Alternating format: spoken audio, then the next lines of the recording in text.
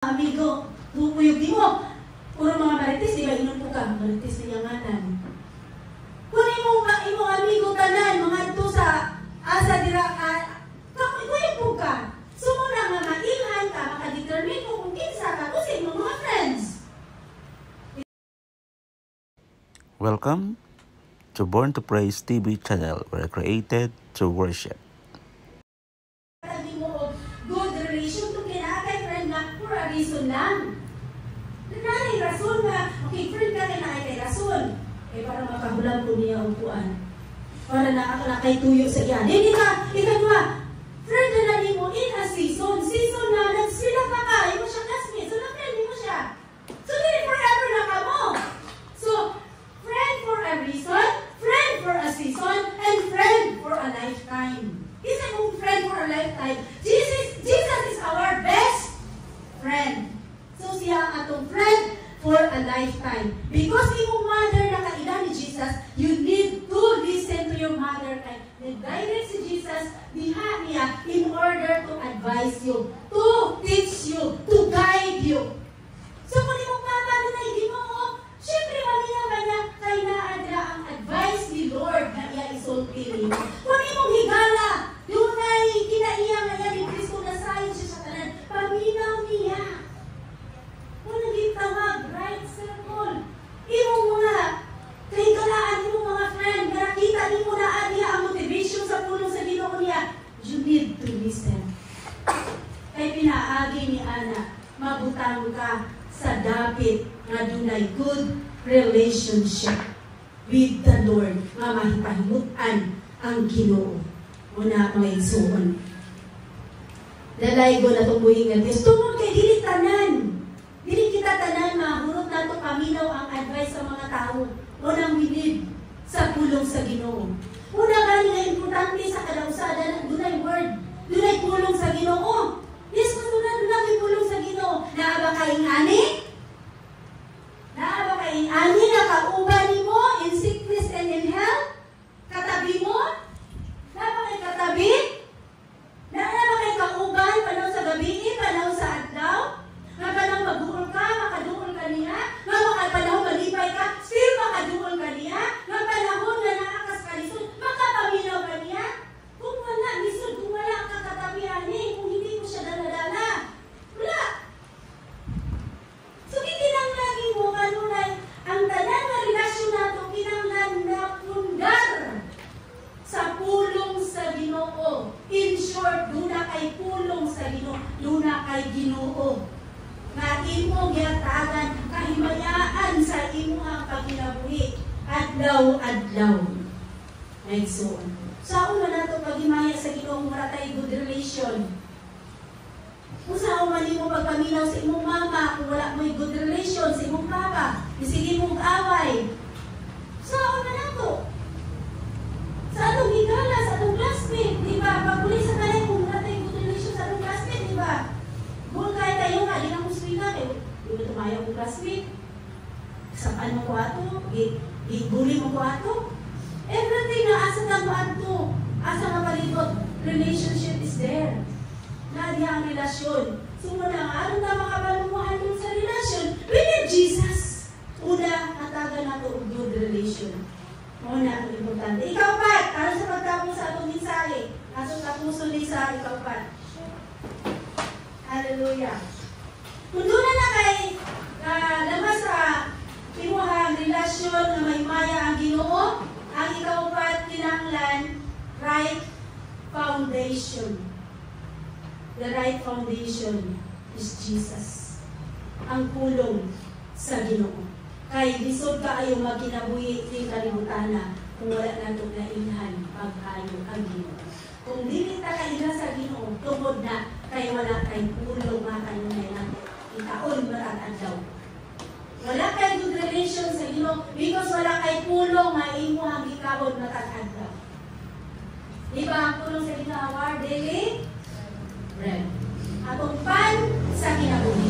Kung kay ang tao dili mabuhi sa pan lamang. Kung dili sa matag pulong, nagisulti siya mga alagad. So, gikinanglan ta nga mabuhi sa pulong sa Diyos. Gikinahanglan tang matudluan sa pulong sa Dios. Gikinahanglan tang badlungon sa pulong sa Dios. Gikinahanglan tang i-correct sa pulong sa Dios. Tungod kay kung dili tayo i-correct, dili mo tubo ang atong gugma. Dili ta mo grow sa atong gugma ya sa atong buhay nga Dios, o dili ta mo grow ang atong relasyon ya sa Ginoo kung wala kay mga pulong na ginugiguritan mga igsoon. So, importante na ang atong pagkinabuhi kanunay dunay commitment. Kinanglan, tungod kay in love ka, dapat kabalota mo, commit. Tungod kay love na to si Jesus, mo nang gi-commit na to itong paugalingon na to siya simbahon, himayaon, daigon sa atong kinabuhi. Kung wala tayong commitment, hindi ta makita sa church.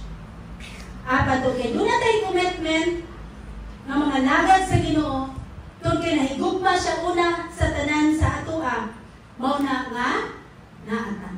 So, mao na sa mayagti-ayon sa mga minyo. Ang minyo, mao na itong gikasan. Minyo.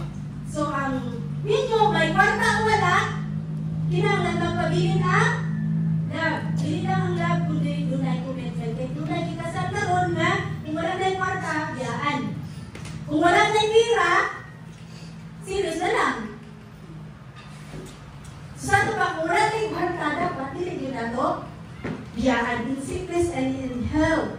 So, kung daghan magkakwarta o wala, kinahanglan love o gyapon na ang magpataliwala. Sa ito pa, commitment. Mao po na sa itong pag-alagad sa Ginoo. Nagkalisod man ta sa itong pag-alagad, haruhay man ta sa itong pag-alagad, still we continue to serve the Lord because we love the Lord. That is commitment. So, mo na ang ato inumduman pag-ayo. Ngano ang kalimutan na ron nagkahugaw? Tungod kay 59% teenager experience 6-1. Asa na nila nakuha? Diba, ningon? Sex without marriage. Dili mayo. Pero kanong mga teenager ng 59%, anong naka-experience na sila na? Asa nakuha? Pornography. Gadget. Muna nga, dili ta makaingon kung gagadget ka sa usa ka corner. Di ko kaingon, good yung ginagtaw. Kay anytime, swipe na yung kamot. Bisan sa church, dili ta na sa church once na nag-use of cellphone, good yung ginagtaw. Dili mo na nga dini, dapat itago ang imong cellphone. Kaya kung dili na hindi mo itago, try yourself na ikaw mumali dire. Natawa ng kalibutan, ano? 59% na teenager. Wala nabot na magulang-gulang na nga, wala pa na nga minyo. So sa ito pa, pwede na hugawa sa kalibutan. Na tapos karoon, dili isulti sa church. Ang relationship, kaya sinay masuko. Dili isulti sa church na sex without marriage, dili mayo, dili isulti. So, lisod sa ito pa, dili ta musulod yun. So, katong mga naminyo na sila, antes ni Christian, na nayon ani, wala ka pasabot na tinunglo na mo. Na pasabot ana, wala nagingon yan na. Kung dili, we need to pray more and more. Ang imong karelasyon karon, wala pa para di mo wala pa nakaila sa Ginoo. Kung ang imong karelasyon karon, una-una ka wala pa minakasal, dili mo tinunglo. But you need to pray more. Ano yung assignment? Dili pasabot nga kay naguyog mo sa imong anak ng adto sa church. Anak, wala yung papa, manangira na bilin mo, wala simba-simba. Demonyo na na. Ano siya, bigyan mo na siya. Ayaw na itutlo sa imong anak, yung anak, dili nagmao. Dili nagmao. But you need, because you are a Christian inside the house, na ikaw raw sa, you need to do a Christian life. Christian character. Because tanang mata kung kinakabot niya, mo nakalantaw mo. So, paano mo siya makonvert? Gamay lang gani nga gilabot, gipalabot lang gani kaniya. Tumo ka, response mo ka lang, ikaw libo, ikaw libo ka, malatuyo ka sa ilo, ayaw dito ka, tabang na ako, ay ako mato sa langit. Gamay na ka, ano na ka, mura na gipalabot na ka, hindi mo siya ko tayo dito bayan. Hindi ka tutubay sa walay, kapuslanan. Ayaw i-exercise sa imong mga anak, na may yung mga wala na inahot na siya, kay wala siya kaila sa dito. Dili na mautumaw na ito exercise. We need to do ang atong buhaton, ipakita nato taman sa ginhawa ang pakilog diha sa imong kauban wala kay na sa ginhawa. Taman sa ginhawa sa tukain nyo dyan buhaton ng tanan. Na dili makita ang dili maayo sa imong kinabit because you are Christian. O na. Kaya naka-found ang imong foundation mo man si Jesus, na himo bang kang rooted and grounded ni Jesus, galamiton pa jud ka ni Jesus, in praise and worship, witnessing people, then kung kamo na sa corner, hindi mo siya tumunuhon, hindi. Because everything you do, si Lord nakakita niyo. Yun si Lord, my child, my daughter. So muna ito paningkamutan. May pakita ang tibuok ng kinaiya ni Kristo sa atong partner. Sa atong partner in life. Muna ang ngayon na itong pagkabuhaton.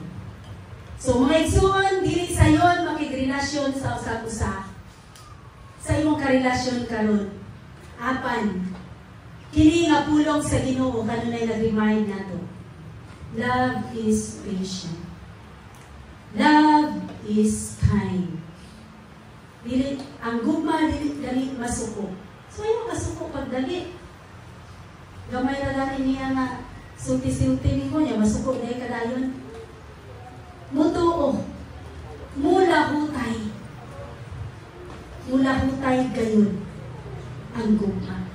So ang tinuod na gugma nakapundar diha sa Ginoo. Kinahanglan nato kini nga lamas aron magamit nato bisag asa kita sa atong mga friends, sa atong mga katrabaho, tanan nga makasalubong nato. We need to have a right timing, gusto ta, a right person, a right circle, and a right foundation. Only the word of Jesus. Right timing, nasa pulong sa Ginoo. Right person, nagyapon sa pulong sa Ginoo. Right circle, nagyapon sa Ginoo. Right foundation, nasa Ginoo. Tanan-tanan, siya yung mutudlo sa matang usa ka nato. Hallelujah! Dalayon ka Ginoo sa walay katapusan. Pagka maayo mo gayon. Pagka matinud-anon mo gayon. Salamat sa mga pulong na imong tudlo kanamo karon, Lord, sa dihang. Thanks for watching. Please don't forget to subscribe, like, and share.